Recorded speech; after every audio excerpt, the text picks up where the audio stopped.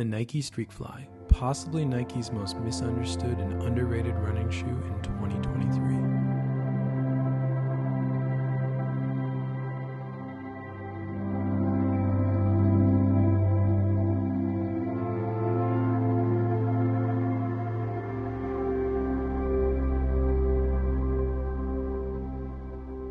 Hello and welcome.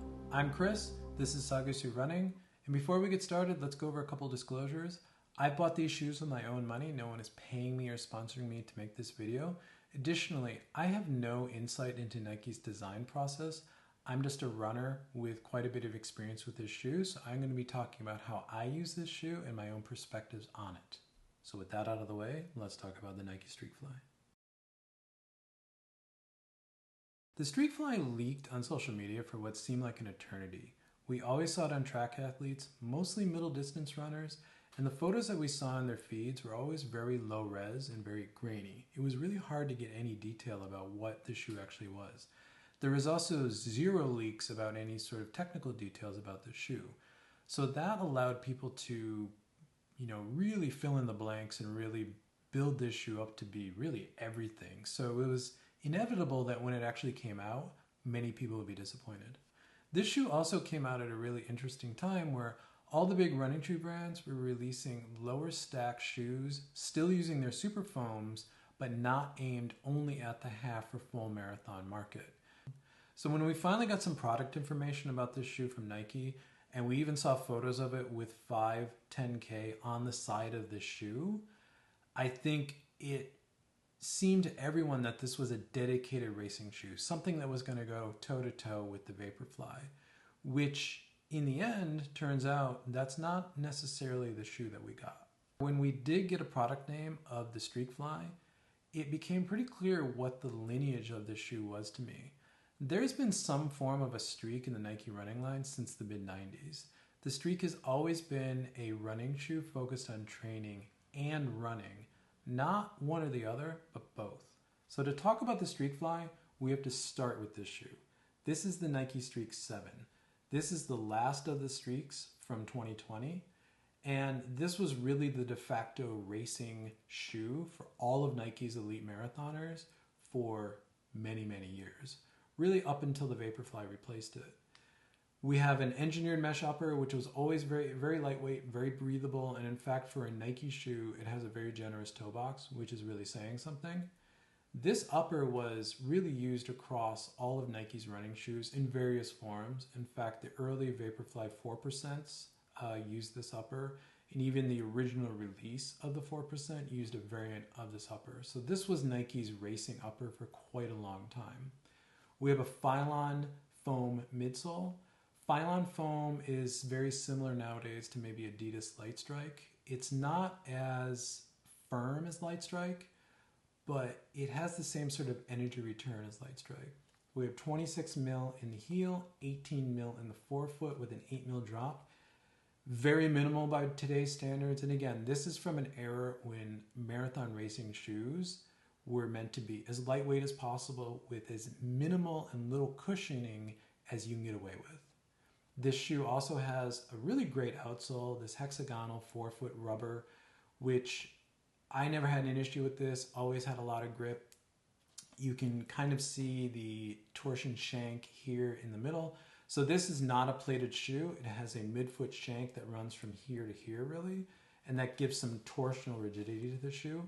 And we also have a Zoom Air unit in the heel, which is really there to give you a little extra cushioning towards the end of a marathon when maybe your form is breaking down a little bit. I honestly never noticed it, but it probably makes the shoe a little bit lighter, which is a good thing. And again, this is from an era when racing shoes were meant to be as lightweight as possible, and this is really the epitome of that. So now we can finally talk about the Streakfly. I hope you can see the direct connection from the Streak that we were just talking about to this shoe. This really is the modernization of the traditional Streak running shoe. Simple upper, minimal midsole, everything stripped down for a real modern racing flat. We have a knit upper on this. This is a mesh. It's very breathable.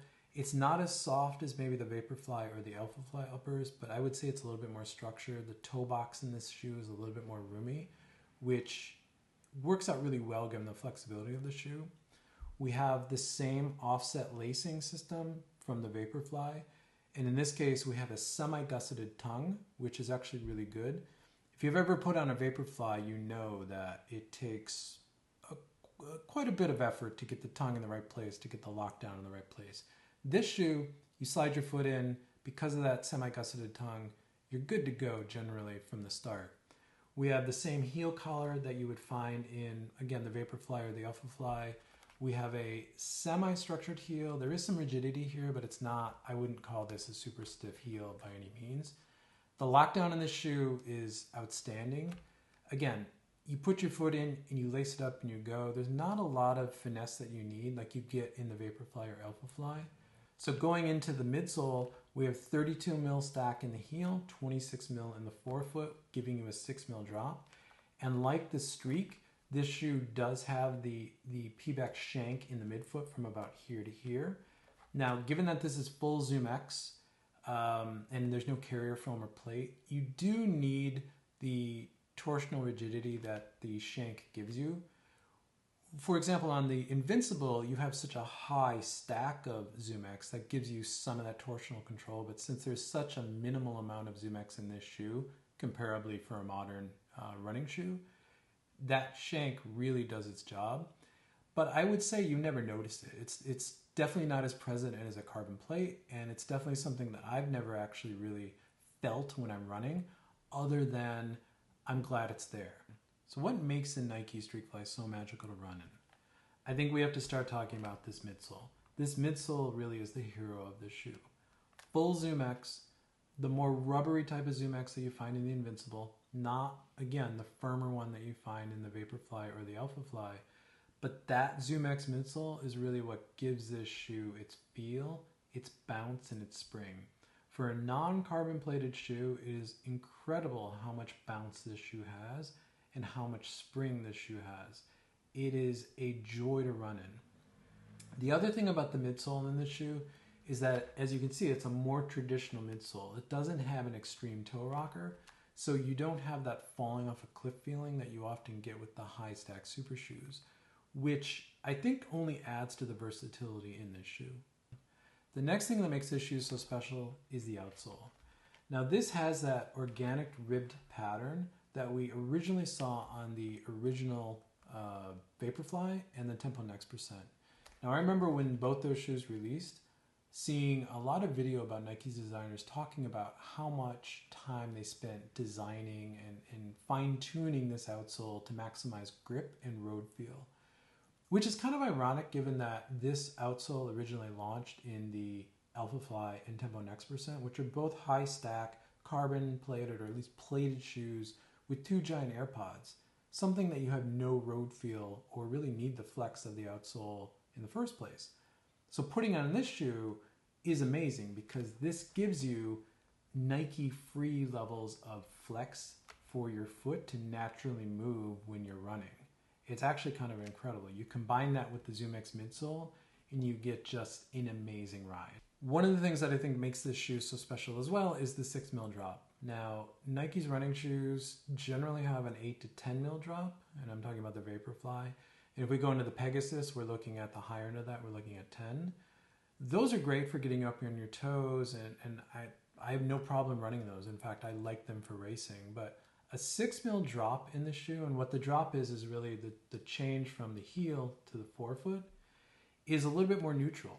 It's not zero drop by any means, so it's still gonna protect your Achilles. It's still gonna give you that help getting up on your toes, but it's low enough where it really doesn't get in the way. And I think that is quite amazing with this shoe because this shoe flexes so naturally. To have that middle drop in this shoe is quite incredible because Nike generally favors the higher drops in their shoes, and we haven't really seen a medium drop Nike shoe, particularly one this flexible and this versatile.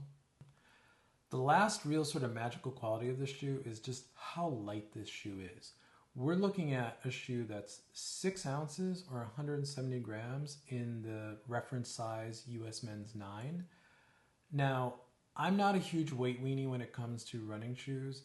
I do like a lightweight racing shoe, but I don't mind training in heavier shoes. And in fact, I train in a range of shoes with weights. But it sometimes is really nice to be able to put on a very lightweight shoe for training runs.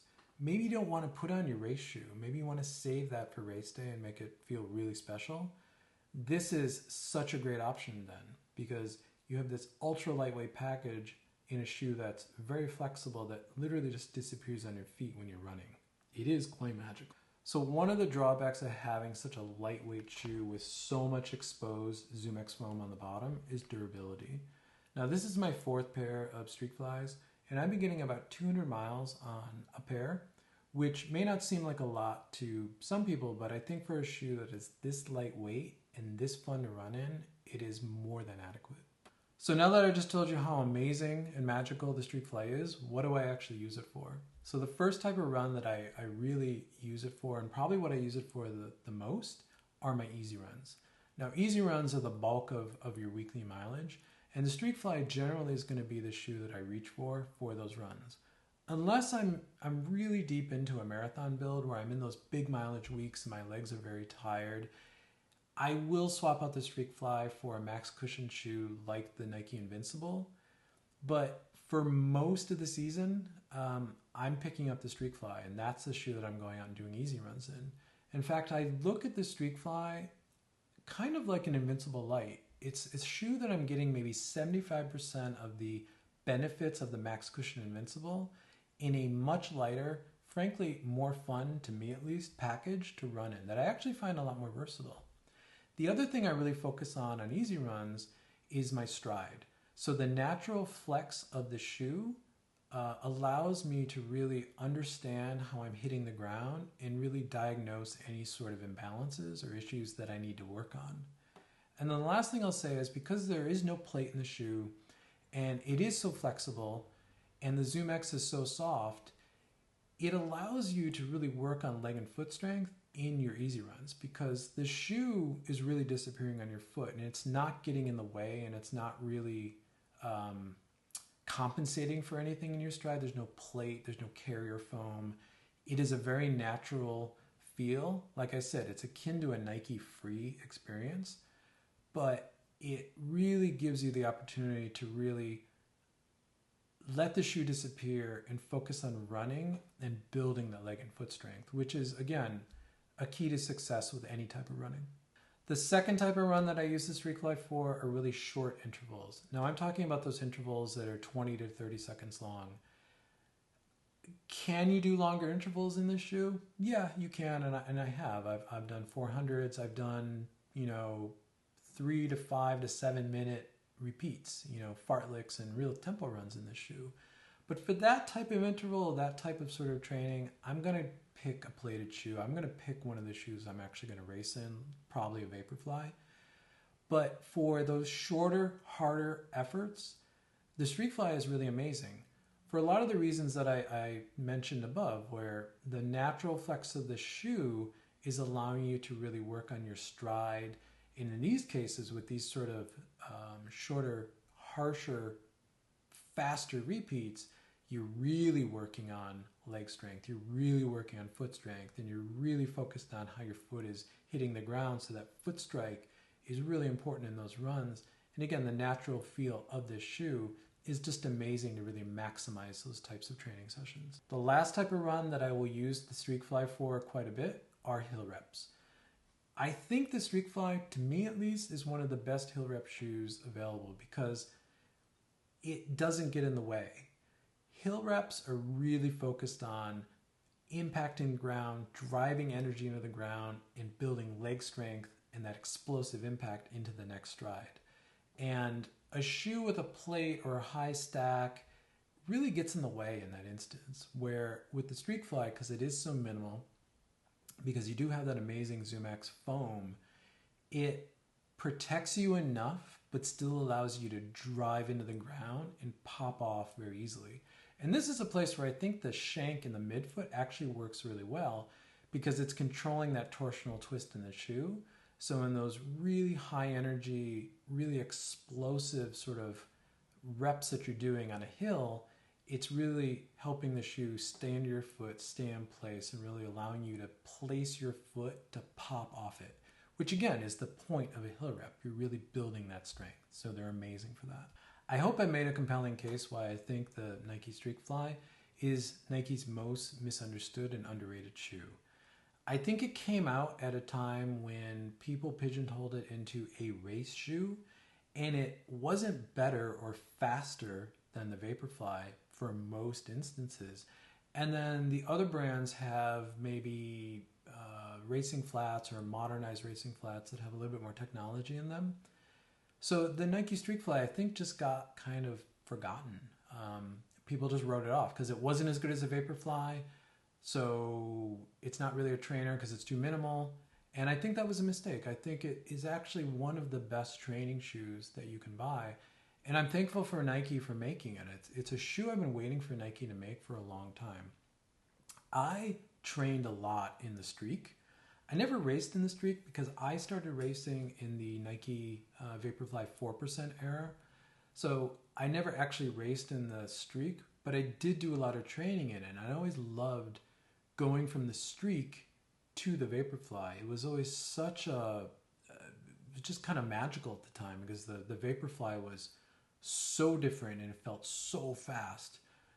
You put in all that training in the Streak and then you go into the Vaporfly, you felt fast. It felt great. I get a lot of the same feeling from the Streakfly with the Vaporfly and the Alphafly. It just feels like such a good combination to me that lineage of going from the Streakfly to the Vaporfly to the Alphafly just makes a lot of sense. After all, once you go to the high stack carbon plated shoe, there really is no turning back. So thanks for making it to the end of the video. Tell me how you're using the Streakfly in the comments below.